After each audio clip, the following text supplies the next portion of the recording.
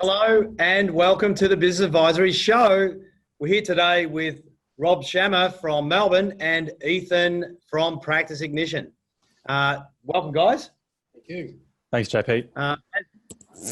Thanks for coming along. We appreciate it. We've got our traditional questions we're going to ask each of you, and of course you've both got a different perspective on that, which will be fantastic for our listeners and viewers. The first one is, what does business advisory mean to you? Who's going to kick us off? Rob, I'll let you take that one first, mate. Oh, okay, right, okay.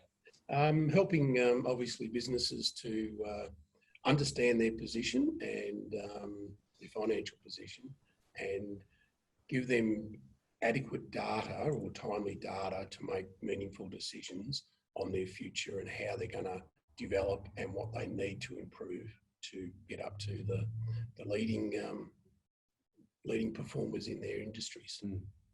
Excellent. Thank you. Ethan. Awesome. My perspective is just a little bit different, and I think it's great on the call today. We've got someone who's working in practice and someone from a technology perspective as well. And one of the fortunate things I get to do working at Practice Ignition is actually to be providing best practice education content to the market as well. So business advisory, from my perspective, in terms of what I enjoy about it, is being able to talk to accounting firms every single day. Obviously, working at Practice Ignition, we've got access to thousands of firms. We've seen what's been done right. We've seen what's been done wrong. We know what works and we know what doesn't work. And being able to provide those insights to business owners and partners is really valuable for me. So that's my kind of personal, slightly different take on what business advisory means to me. Yeah. Well done. Thank you. Okay. And so just on that, that's a bit of a segue into what your company actually does and to help business advisors, if you like. What are the ways you most obviously help business advisors, Ethan? Yeah, great question. So for those that aren't familiar with Practice Ignition, basically it's an end-to-end proposals, invoicing, payments, and workflow solution. So I'll unpack what that means. But basically, in short, it's helping accountants to make sure that they're getting paid for the work that they're doing. And then on the back end of that, it's streamlining a whole bunch of admin-related tasks that I'm sure Rob's going to shed some light on in a few minutes. But it ends up being a huge time saver for firms in terms of onboarding new clients and streamlining that sales process from that initial inquiry on your website or from a referral through to actually getting paid and completing the work for your clients.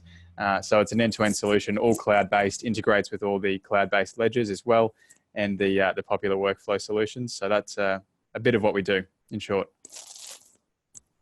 Terrific. Thank you. Yeah, so the Practice Ignition product for us provides great client engagement, which is pretty much in line with the CPA requirement. You're engaging client on a yearly basis. It also provides us with great administrative process to prepare and send a proposal out to a client. Takes with the right structure 2 to 3 minutes, where previously it could have been anything half an hour to an hour. The critical component for what Ethan mentioned before is actually structuring the payments and getting a consistent payment amount every month.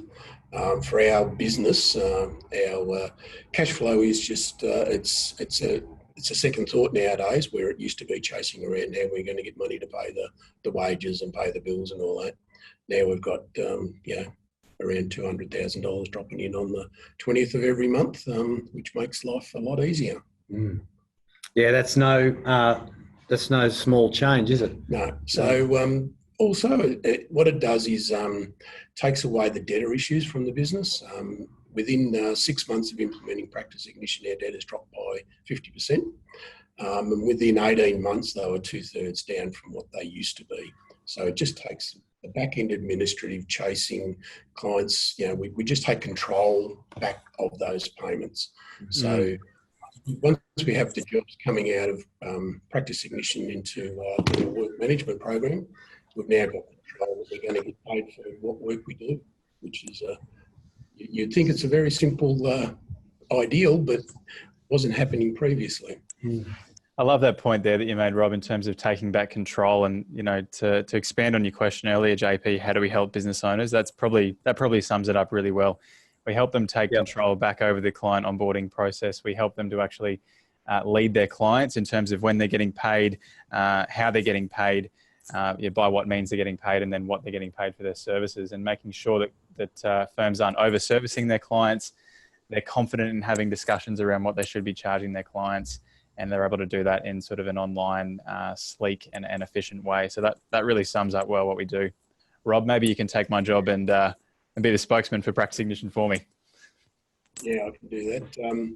I've yet to find a client that when you put a package to him to say, well, we do 12 jobs for you a year, it's going to cost you $6,000.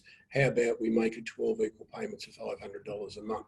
I've yet to find a client to say no to that. Mm. Well, of course, it's just no brainer, because their cash flow volatility as a business owner is the most painful thing.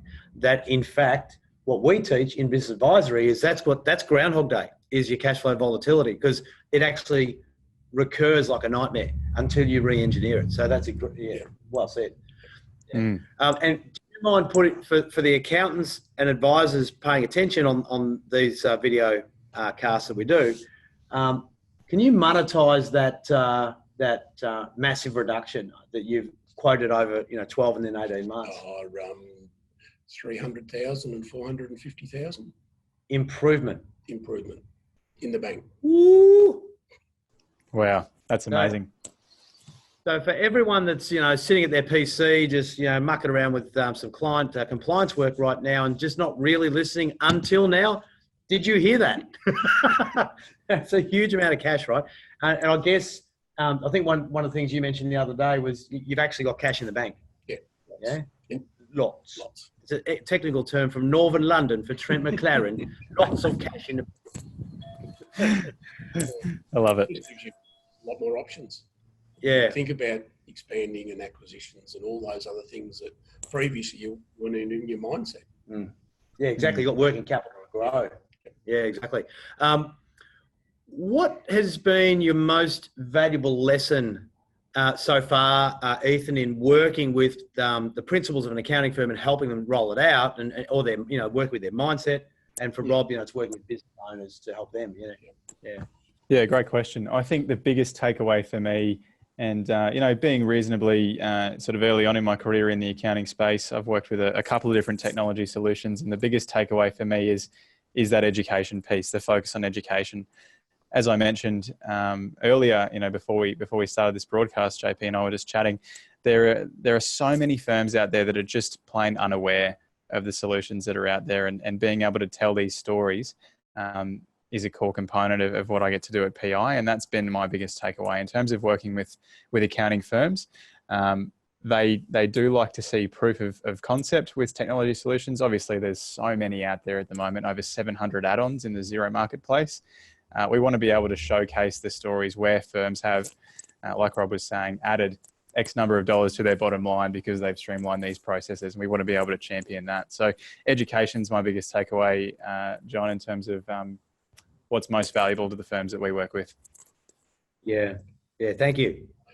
I'd look at it, if technology is fantastic, but if it doesn't solve the problems in your business, it becomes quite consuming.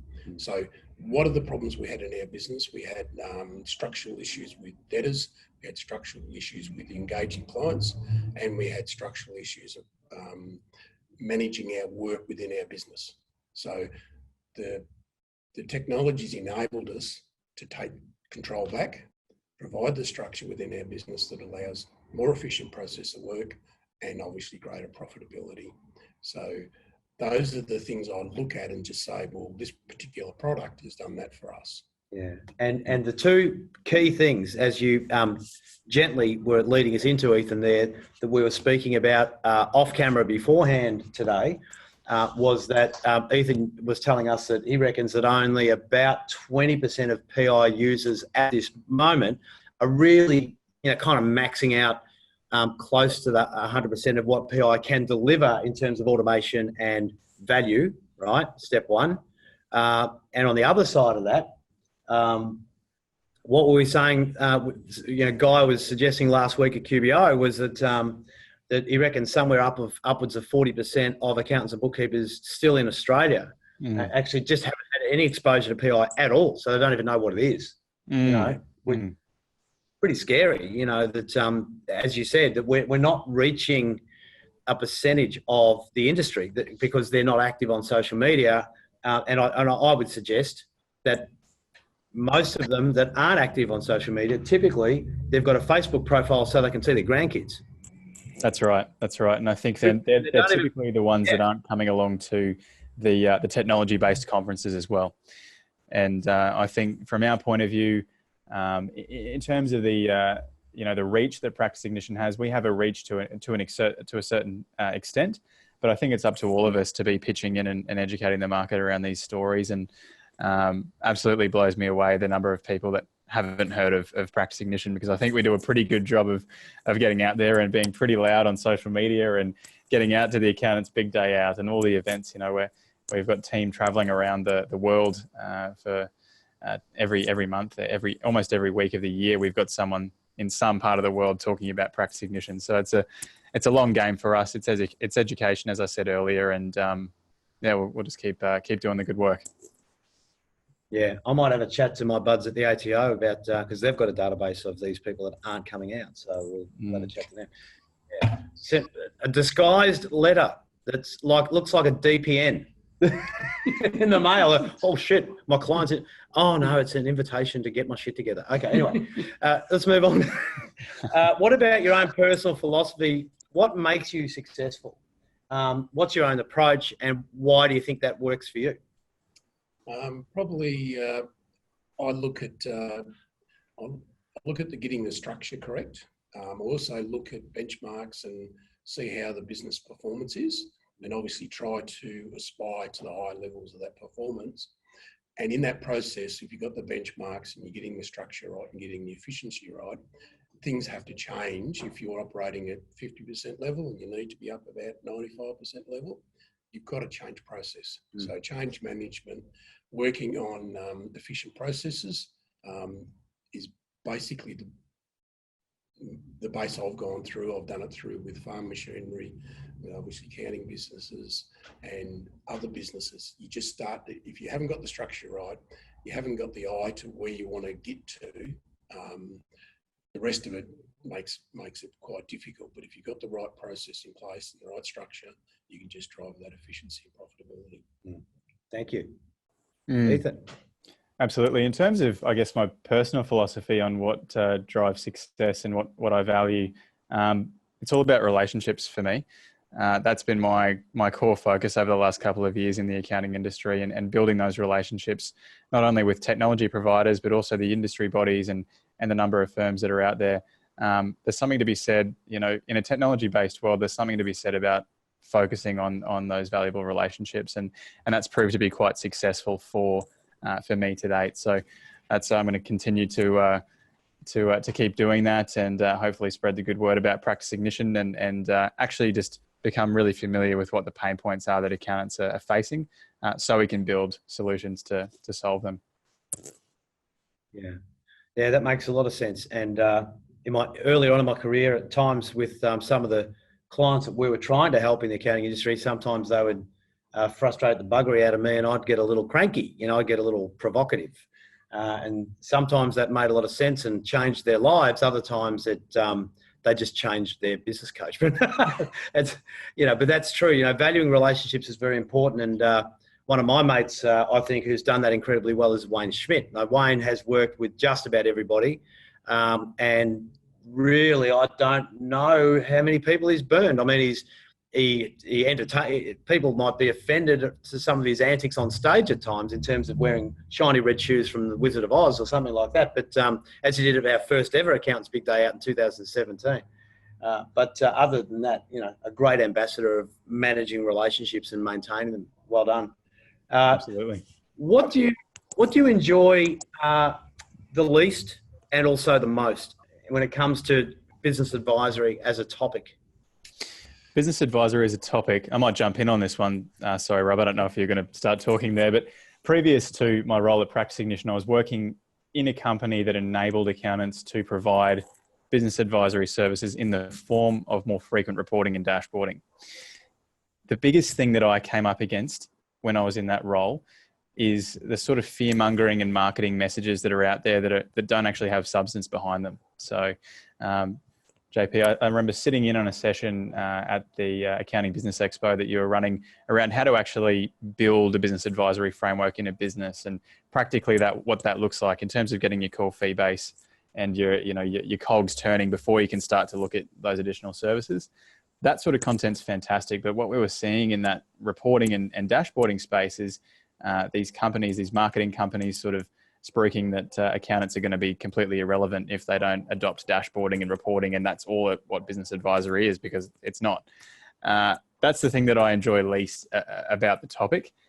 The thing that I enjoy the most is, I guess, the breadth of it. I mean, business advisory means something different to everyone, and what it would mean for me in terms of my business would be different to what it means to you, and I think really what it is about is identifying where we can add value to our clients, and for us, where we can add value to accounting firms, and maximising those opportunities and so on. So that's a brief summary of what I enjoy and haven't enjoyed so far. Yeah, thank you. Well done. Probably the one thing that I don't enjoy is when clients are talking about business advisory and all that. When I start to look at the data, and the data's pretty poor, it's actually not fit for consumption, and the processes behind that, people have ignored the standard things you should be doing, basic reconciliations. Is your bank account reconciled? Oh, what's that? Things like that. When the data's so poor, you can't really advise. Well, you can. You're going to make the wrong advice because you're going to have the wrong data. So getting everybody up to speed and making sure that everyone's at that level. And even when you get to that stage, the biggest frustrating component is that they don't then necessarily action on your advice, that's really frustrating. But the other side, when they do action your advice and there's a great outcome, that's very rewarding. So, but you really got to get the underlying basis of data correct, and then the delivery of that data nowadays, I think, is just fantastic. The stuff we can do now via the cloud, Power BI, everything like that is exponentially so much better than what it ever used to be 10 years ago. The online products, PI, Xero, Workflow Max, is just mind-boggling. And I talk to accountants that are stuck in the old desktop ways, and they just can't unchain themselves. And that does frustrate me as well. But so, Rob, when you can I just ask a brief question off the back of that? That really fascinates me. That in terms of what you guys are doing to hold your clients accountable to those insights that you've provided them with and the recommendations, what does that look like for your business? You're saying that it's useless when the clients actually don't action what you've recommended.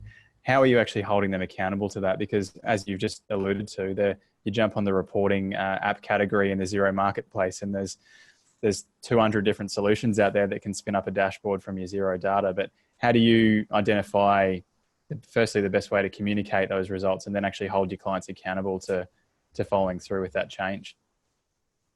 The real difficult one, I've got a pretty live example that I've been acting a CFO role with a large organisation. We provide all their board with the electronic reports on a monthly basis. We provide commentary on all the monthlies. 18 months ago, I might have warned and said if we'd need to improve our income and moderate our spending, otherwise there'll be some significant cash flow issues. Guess what? No one listened. They've got significant cash flow issues. And then they start to raise issues and say, well, why didn't you tell us? I said, well, we'll go back to this report, this report, this report, this report. And like a lot of things, if they didn't want to action it, the CEO didn't probably have financial acumen as they should have, and it just got under the radar. So so you just do as much as you possibly can, but if you can take a horse to water and don't want to drink, you can't do much about it. Yeah, well said, Rob. And Phil Richards, who is an absolute 1% rock star and a big keynote closing ABDO around Australia in only a month now, he was on this show recently, and he basically said the number one frustration he's got when it comes to business advisory is having clients that ask for advice, then they get world-class advice, because, I mean, he is a rock star, and they don't listen. And then, of course, they don't implement, and then they'll come back and play the blame game, And I guess one of the things we've got to do as an industry is learn some of these softer skills that are more around managing and re-establishing client expectations, right? Which I've never had an issue with, and that's what we do teach, I guess, a lot of accountants, and that is, hey, listen, Mr. or Mrs. Client, do you want me to take you seriously? Do you think for a minute that you are even coachable as a client? And do you think that we would want to take on any clients that we would assess to not be coachable, right? Now, those questions will typically stop most wankers in their tracks to stop and really think of, or, you know, unreasonable clients in their tracks, and have them stop and say, hang on a minute, gee, you know, I don't want to be homeless in terms of, you know, business advisory expertise. I don't want to be out on the street, so to speak, you know. But how many, how many industry accountants and bookkeepers actually have the courage or have learned from successful experience that that's actually how to do it, right? So that's the big gap we've got to close. Yeah. So the last atypical templated question we've got for you two is, if you had your time over again, is there anything you'd wind back the clock and do better, smarter, or differently? I can jump in. I think I mentioned this before. I personally, I don't think I'd do much else differently. I love the industry that I'm in at the moment. I love the roles I've been able to adopt in the technology space, and I absolutely love the satisfaction of being able to work with so many firms and being able to see people have the success that, you know, Rob's going to talk about with PI as well. And, you know, it's just great when we hear those stories, because it makes you, it realizes the actual pain point that you're solving for your clients. You know, we spend so much time building product and investing in research and development and product teams and developers. And when you actually see the real world impact of how that's changed someone's business, it's pretty amazing. So I wouldn't change anything, JP. I love it. Well done. Thank you. I'm pretty similar. It's been interesting role over probably 15, 20 years in the professional service industry. Learning and understanding the data, getting access to locked up data, which we have a lot of providers say, yes, we've got open APIs and all that, and there's actually no data there, and you can only get 10% of it and things like that. I've had the ability to get in data for a long while, and the freedom it gives you to provide the information that you require is just astronomical. The things a lot of people I find across the accounting industry or professional service industry, every single person likes it in a different package, in a different way. There's a different spin on it and all that. Once the quality of information there and the access is to it, it's been quite enjoyable and challenging to do that over a lot of years and across a lot of different platforms. Yeah, and that's really the dance that is the tech evolution, isn't it? Yeah. Or revolution, is that there's a lot of bright, shiny objects out there. Yep. And whilst I personally applaud the organisers of the bigger expos, you know, which they're fabulous events, but they also do those particular events. They create some issues for the industry, don't they? For the practicing professionals of accountants and bookkeepers, because there's so much to then go and consider, and where do they start, where do they stop, and you know, I guess that's what I'm proud about with where we'll be in a month's time with Accountants Big Day Out, because what we really do with that particular event is we hand pick the vendor partners like PI and the others that are on that on the website there as our partners, because we know that there's a genuine ROI for the public practitioner, for the bookkeeper, and we're trying to shorten demystify the journey to continuous improvement. Yeah. And I think that it plays such a critical role in the industry at the moment, and that's why I kept banging on about education earlier. I think we've all got to pitch in, and this style of event that's much more curated is exactly what people are looking for. And what's really exciting is that I've finally been able to start having some really great conversations with the industry bodies as well. So with chartered accountants and with CPA around, and they finally realized the need to actually start curating some solutions and doing exactly as what you're doing with Accountants Big Day Out and saying, wow, we actually need to, there's over 700 apps in this ecosystem. Pick out the ones that have a tangible ROI, the ones that are going to be around as well. There are so many technology companies coming out, and there's so much funding and money flying around this space. But who are the partners who are going to be here for the long term? Who should you bother, speaking to, and what are the problems that they solve? So I think we're moving towards it. But really excited, obviously, to be on board with Accountants Big Day Out and connecting with all the folks there as well.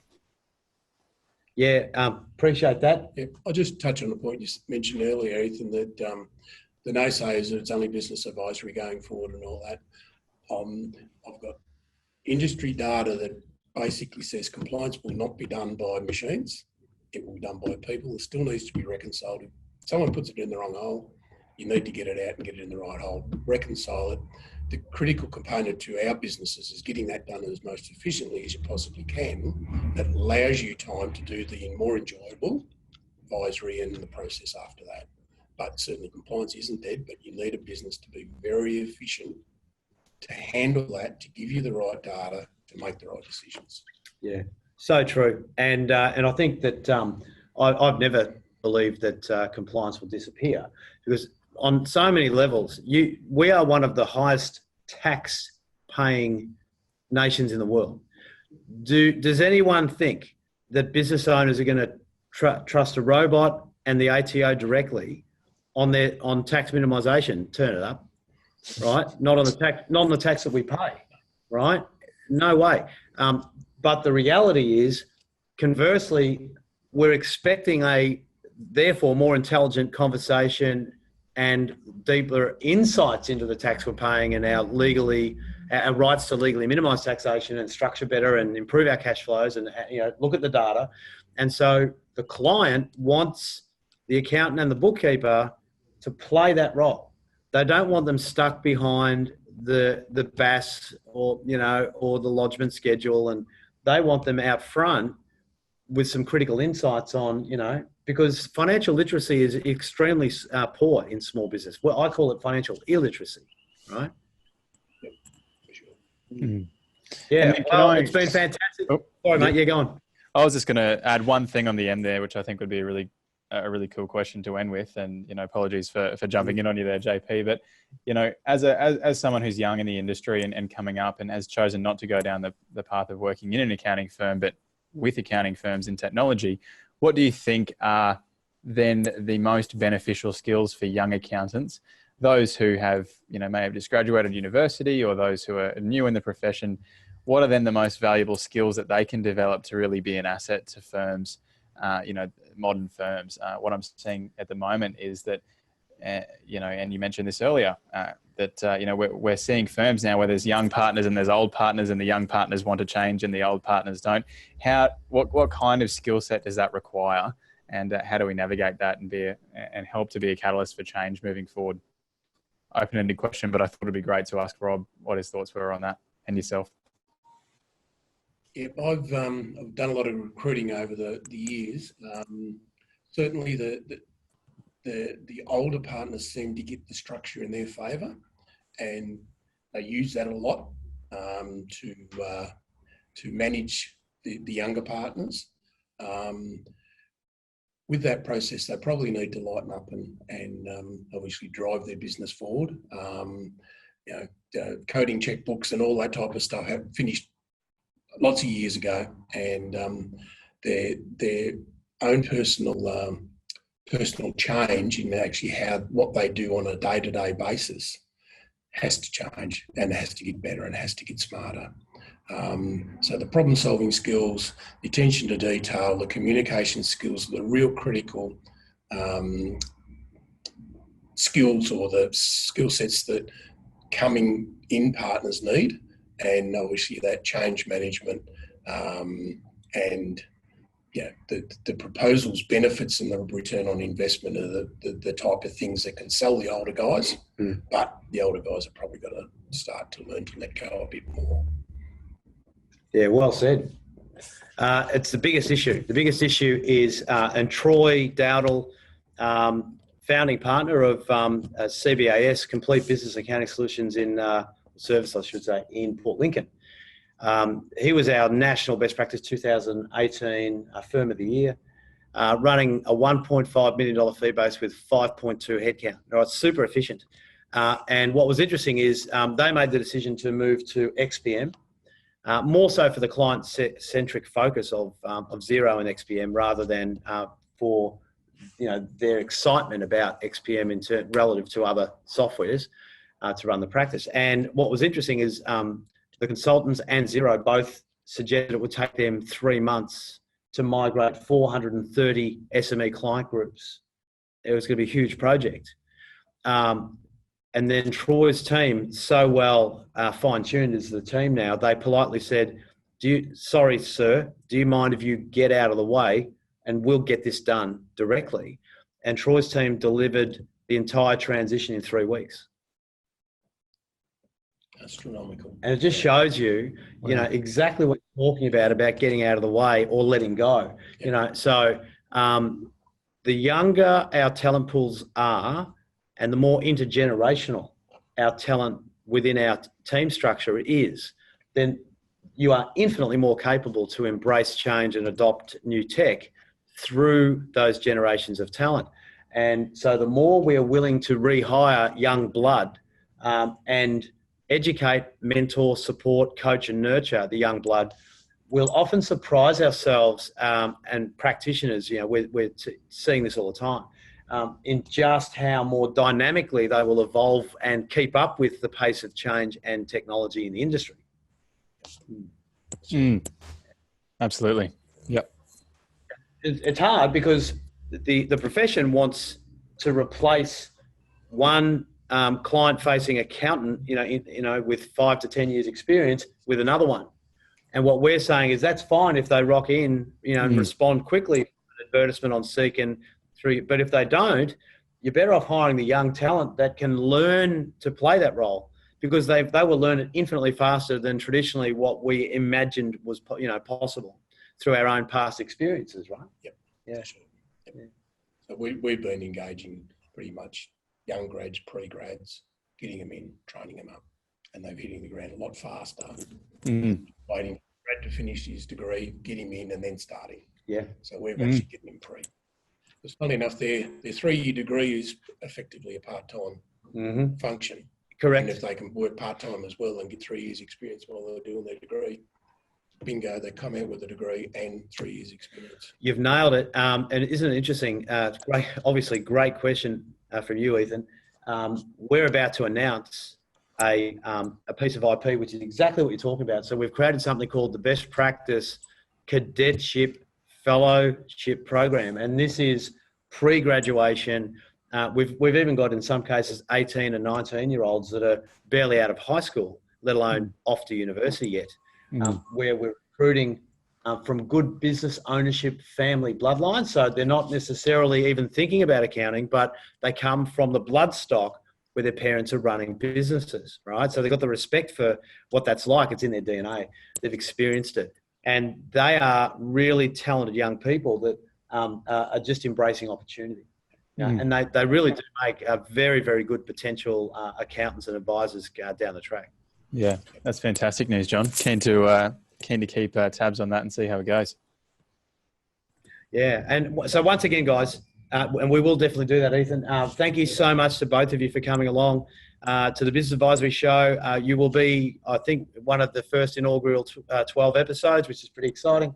And of course, we'll be rocking Accountants Big Day Out in about a month's time, Ethan, which will be awesome fun. And I'm hoping we'll drag Rob along for a couple of cameos as well, pending his busy schedule. And as you know, Ethan, and our listeners don't necessarily, is that Rob and I are hatching a plan around how to crank up this whole business development, practice development around automation and profit improvement through products like Practice Ignition, where we've already got the track record and they know what to do. And there's nothing better than following a leader and avoiding some pitfalls and getting it done the shortest possible way. Yeah. Exciting stuff. Yeah. All right. Thanks again, guys. It's been awesome. Have a wonderful day. We'll see you again really soon. Great. Thank you. Thanks, JP. Thanks for having us.